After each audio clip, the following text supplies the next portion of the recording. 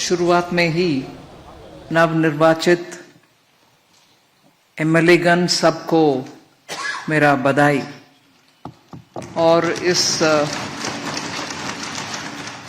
इस सदन में उपस्थित वरिष्ठ नेतागण और मेरे साथ आए हुए ऑब्जर्वर के नाते विजय रूपानी जी, जो गुजरात के वरिष्ठ मुख्यमंत्री थे इससे पहले, और सांसदगण बहुत सारे भी आए हैं इस मीटिंग में, उनका भी मेरा प्रणाम।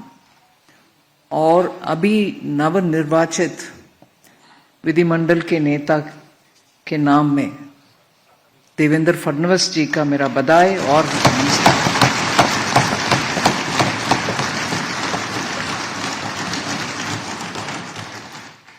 इस चुनाव के दौरान महाराष्ट्र के 14 करोड़ जनता जनार्दन के डिसीजन पूरे भारत के लिए एक संदेश है।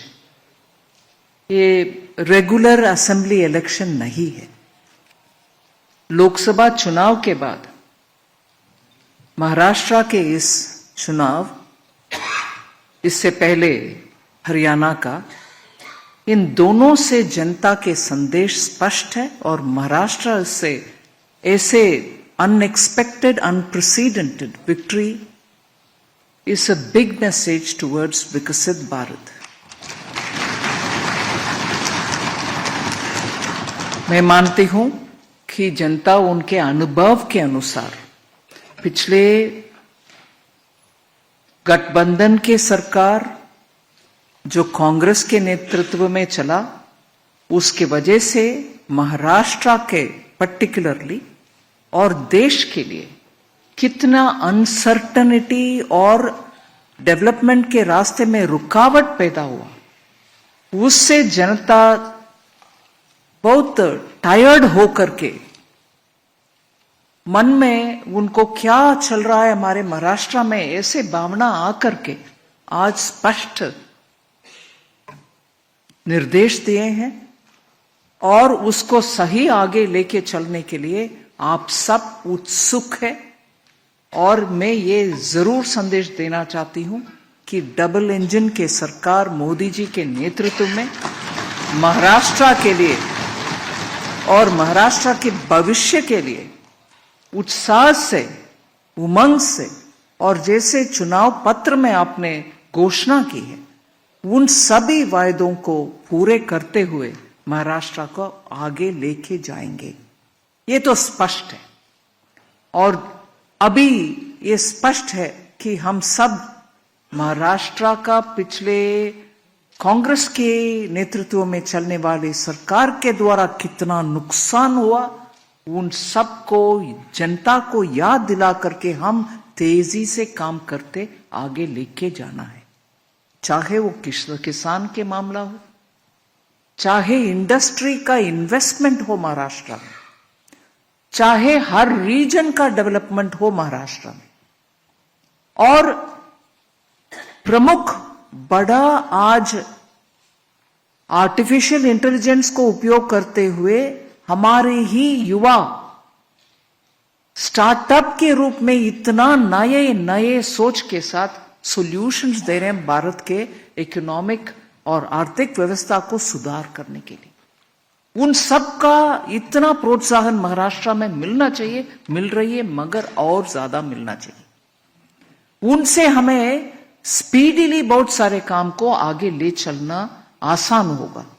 महाराष्ट्र फाइनेंशियल कैपिटल मुंबई है, देश का फाइनेंशियल कैपिटल मुंबई, और फाइनेंशियल वर्ल्ड में स्टार्टअप के इतनी कंट्रीब्यूशन दुनिया में एक देश हम जैसे नहीं है, जहां फिनटेक में हम सामने नंबर 1 के पोजीशन में आ रही। सिंगापुर से जब हमारा बात होती है, वो हमारे फिनटेक के ऊपर इतना इम्प्रेस्ड है और मानते हैं कि फिनटेक के द्वारा ही हमारे इकोनॉमिक डेवलपमेंट जल्दी होने का संभावना है। अगर फिनटेक का इतना महत्व है और उसमें पैसा डालने के लिए बहुत सारे लोग तैयार है विदेश में, महाराष्ट्र में उनको प्रोत्साहन देने वाले काम बहुत होना चाहिए। उससे महाराष्ट्र का लीडरशिप रोल बरकरार रहेगा। और जैसे इससे पहले महाराष्ट्र की कल्चर, लिटरेचर, भाषा और थॉट लीडरशिप का स्थान था, वो स्थान हम तुरंत और दोबारा प्राप्त करना है।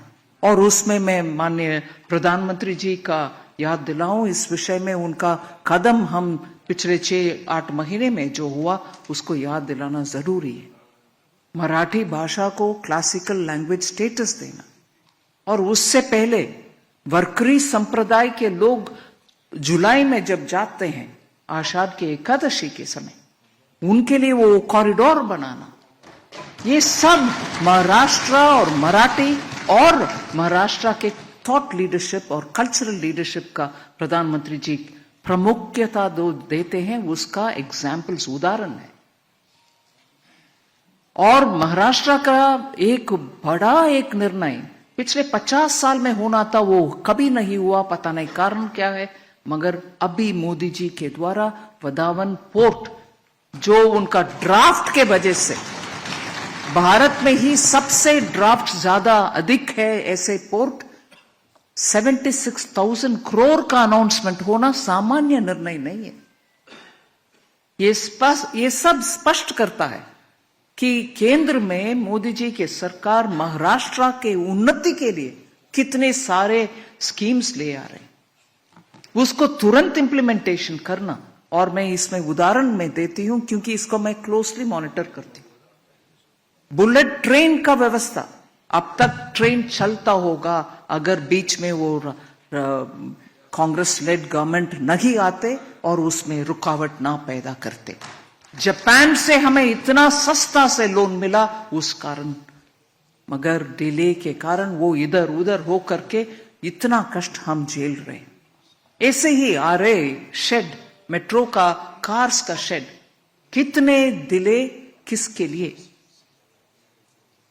मुंबई सबर्बन ट्रेन्स का भीड़ हम देख रहे हैं, उसमें जनता का सुविधा के लिए हम काम करने के लिए सामने आए, रुकावट पैदा करने वाले दूसरे पार्टी है। अभी मैं मानती हूं जनता इन सब को देख लिए और समझ लिए, इसलिए हमें इतना बड़ा सा मैंडेट दिए हैं। और इधर इस हॉल में नव निर्वाचित एमएलए गण के उत्साह देखकर मैं जरूर ये कहना चाहती हूं, मुंबई का अग्रणी स्थान हम तुरंत वापस ले आने के लिए काम करेंगे। नासिक और उस बेल्ट में जितने भी एग्रीकल्चर संबंधित, चाहे वो कंदा, ऑनियन और गार्लिक, इन सभी ग्रेप्स, इन सभी का प्रॉब्लम के लिए जितने भी हम गोडाउन्स बनाना है और उसके लिए साइंटिफिक तरीके से पैक करके एक्सपोर्ट करने के जितना भी काम करना है, उन सब के लिए प्रावधान देंगे। और डिफेंस का मैन्युफैक्चरिंग में अग्रणी स्थान, इधर कॉरिडोर नहीं आया मगर उससे ज्यादा काम हो रही है, उसके लिए केंद्र सरकार के द्वारा defence manufacturing, defence component manufacturing के लिए हम डेफिनेट डेवलपमेंट के लिए हम काम करेंगे।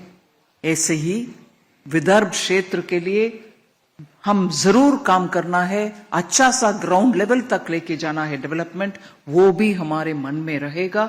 जैसे मैं हैदराबाद में बहुत सारे साल जीत चुकी हूं, इसीलिए लातूर, नांदेड़ उस प्रांत के ऊपर मेरा पर्सनल परिचय है, उस इलाके का भी हम प्रावधान देना है। आई एम श्योर आप सबके उत्साह से, एंथुसियाज्म और ग्राउंड में आपका कनेक्ट के वजह से और अभी नवनियुक्त नेता के लीडरशिप में हम सब जाएंगे और दिल्ली में केंद्र सरकार के द्वारा, प्रधानमंत्री मोदी जी के द्वारा पूरे कोऑपरेशन के साथ डबल इंजन, पावरफुल इंजन बन करके महाराष्ट्र को first in the country state बनाएंगे। ये हम सब साथ होकर के काम करना है। बहुत आनंद हुआ इस एक मत निर्णय में, यूनानिमस रेसोल्यूशन के ऊपर। मैं आप सबको बधाई देती हूं। हम एक है तो सेफ है।